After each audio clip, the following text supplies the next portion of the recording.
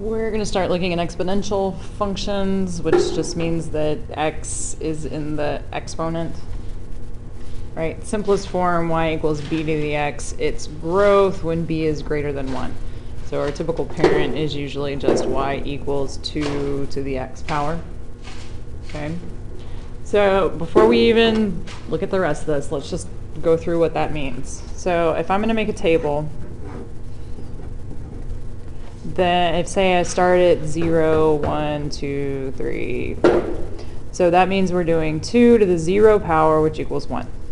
2 to the first power equals 2. 2 squared is 4.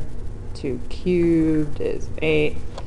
2 to the fourth power is 16. So when I look from one step to the next, we're multiplying by 2.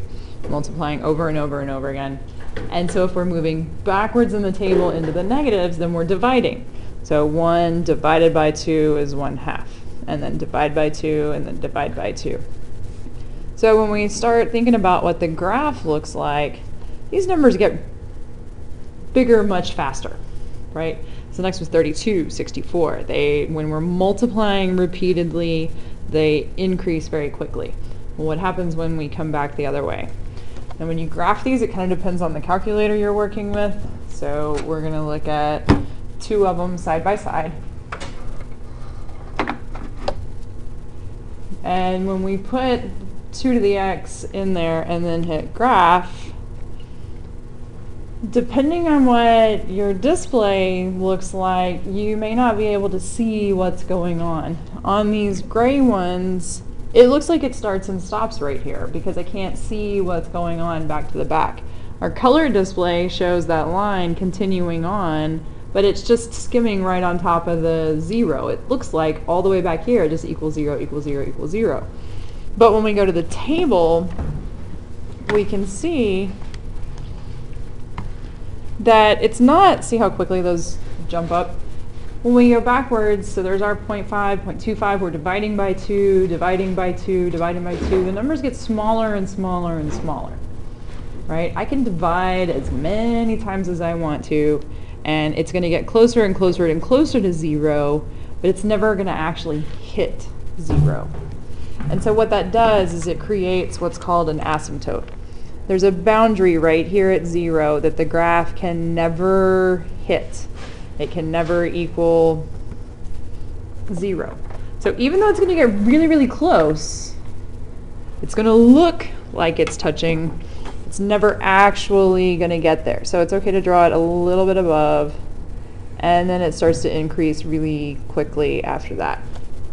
Now, when you're looking at your y-intercept, you know, if I hit trace, there it tells me it's at y equals 1. When we look at the table, 0 and 1, we already knew that was there. The nice thing about exponential functions is everything to the 0 power is 1. Until we start doing transformations, they're always going to go through 1. And that's going to make the transformation process a lot easier when we go back to start graphing later on. So when it's growth, increasing rapidly. When b, however, is less than 1 but still above 0, right? So between 0 and 1, these are our fractions, our decimal values. That's what's going to be called decay. So now instead of multiplying over and over and over again, we're effectively dividing. We're multiplying by fractions. Still has that asymptote where y equals 0 because I can't divide and hit 0. Anything to the 0 power is 1, it's still going to go through 1. But it's heading in the other direction. Now it's going to start high and flatten out towards 0 on that asymptote as we move to the right. Okay, our positive x values.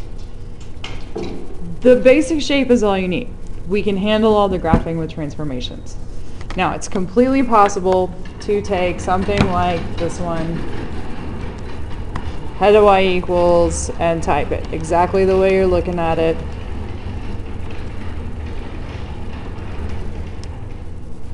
Plus 1. I can go to the table, I can get some points, I can plot them, right? I can look at the graph, see kind of what it's supposed to look like, and make that shape go through the points we have. That's totally okay. But I can also do it with transformations, okay? So first we're going to look at, I see the 2 here, so I know it's growth. So it's going to do this, okay? Because of the fact that anything to the 0 power is 1, when I multiply this vertical stretch here, it's always going to just be the y-intercept is whatever happens. Okay? Because if I come back through here and multiply by a times a times a times a, I get this 1a right here, and so that's always going to be my y-intercept. So I can go ahead and mark 1, 2, 3, my y-intercept there, and my asymptote is going to start off down here at y equals 0. Okay? The next thing we see is this transformation to the left, 5. So I'm going to move over. 1, 2, 3, 4, 5. Straight up horizontal. Doesn't change much of anything. And the last thing we're given is this +1, which moves our graph up. So we're going to move this point where we left off up 1. And that also moves our asymptote up 1. And so here's the boundary for my function. So it's going to come flat along there from here, increase rapidly after that point. Once I get it graphed, I can write domain and range. The domain, well, I can multiply as many times as I want, and I can divide as many times as I want. There is 0 anything that is going to restrict my domain. All real numbers. And my range, again, when I look at the bottom, I have moved that asymptote up to 1, but it's never going to touch it. So we don't use the hard bracket. It is going to increase forever to infinity. I can also write this as y has to be greater than 1. Okay. Same concept over here. I see the half, so it's decay, which means it's moving this way. The 6, there's my y-intercept. So we're going to start here, and we're going to initially put our asymptote at y equals 0. We're moving to the right 2, so I move to the right 2. There's no reason to move the intercept because all we did was slide. And then this says we're going down 1. So we move down 1 and we move the asymptote down 1 because that changed our parameters. And we know we're going to level out this way, increase sharply there. That's kind of a terrible curve. That's better. So our domain, all real numbers. Again, I can divide as many times as I want and multiply as many times as I want. My range now, the lowest we can go is -1, but it can increase indefinitely. So again, we can write y greater than -1. We're not going to put the equal to because it can't touch it. We're not going to use the hard bracket because it can't touch it. Okay. So let's use what we know about the way these functions work to write an equation given just 2 points. I'm given 0, 3, and 4, 81. Remember, because x is 0, I know this is the y-intercept. So right off the bat, I know that y equals my a value is the 3. I don't know what we're multiplying by over and over, so we're just going to use b for our base to the x. So I know my a value. Now, if I think about the table, 0, 3, 1, 2, 3, 4, 81. Now remember we talked about how we get from one step to the next by multiplying. And I need to figure out what do I multiply by 4 times. Times something, times something, times something, times to get to 81. That's what this means, 481. So I've multiplied whatever it is 4 times, and that gave me 81.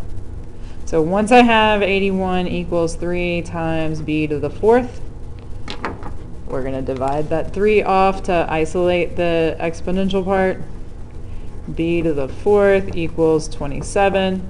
And I undo that by just taking the 4th root. So we're going to pick up the calculator.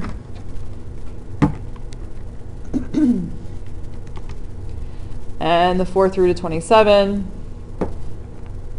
is this irrational decimal. So we want to keep as many decimal places as possible, so get in the habit of carrying 4. So 2.2795, when I look next to that, it's a 0. So we're going to say that b is approximately 2.2795.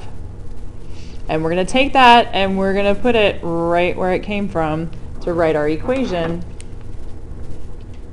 Y equals 3 times 2.2795 to the x. And when I go check that, we're going to put 3 times 2.2795 to the x and go to the table. So when I get to the table and I scroll back down to where we want to be able to see, there's my 0, 3. And when I go down to 4, it's 80.999. And when I look at the rest of it, it's really darn close to 81. If I had carried more decimal values with me, I would be even closer to 81. So we know we're good. This equation is a reasonable model for this situation. Okay, try one more. So here we're given 0, 5, and 6, 320. So my y-intercept, that means a equals 5, so y equals 5 times something to the x. And then I can use my other point. I don't really have to make the table because I know that x is 6 and y is 320. So we're going to solve. 320 is equal to 5 times b to the 6th. Divide the 5. 320 divided by 5 is 64. So b to the 6th equals 64. When I take the 6th root here, you may remember the 6th root of 64. If you don't, 6th root of 64 is just 2. So 2 to the 6th power is 64. So b equals 2. And I can exactly plug that in and write my equation. Y equals 5 times 2 to the x.